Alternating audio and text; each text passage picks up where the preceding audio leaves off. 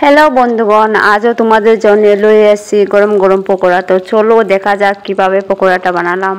প্রথমে কুচি কুচি করে কাটতে সেটা পাতাগুলো এটা মাঝে ময়দা দিয়ে সেটা পেঁয়াজটা ভালোভাবে কুচি কুচি হইতে বলবে সেটা কাটতে সেটা একটা দুইটা বা তিন চারটা হইতে পারে পেঁয়াজ, কোনো সমস্যা নাই।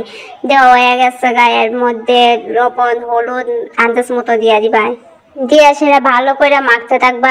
মাখতে মাখতে একবার আটা আটা ভাব যে সময় হইব এ সময় মাখাটা শেষ হইব, আগ পর্যন্ত শুধু মাখতেই থাকবা। এই পাতা পকোড়া খাইলে শরীর রক্ত হয়, মুখে রুচি আনে।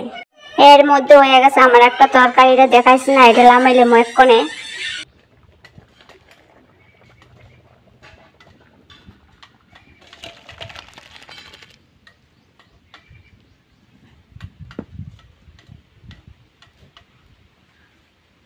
এই তো সারি মধ্যে তরকারি লামাইলেছি আর কড়াইয়ের মধ্যে ফুটন্ত তেলের মধ্যে এমন একটা একটা করে পকোড়াটা ভাজলাম মতো। তোমরা দেখতে থাকো পকোড়াটা কিভাবে দিচ্ছি কুল্লু কুল্লু কইরা।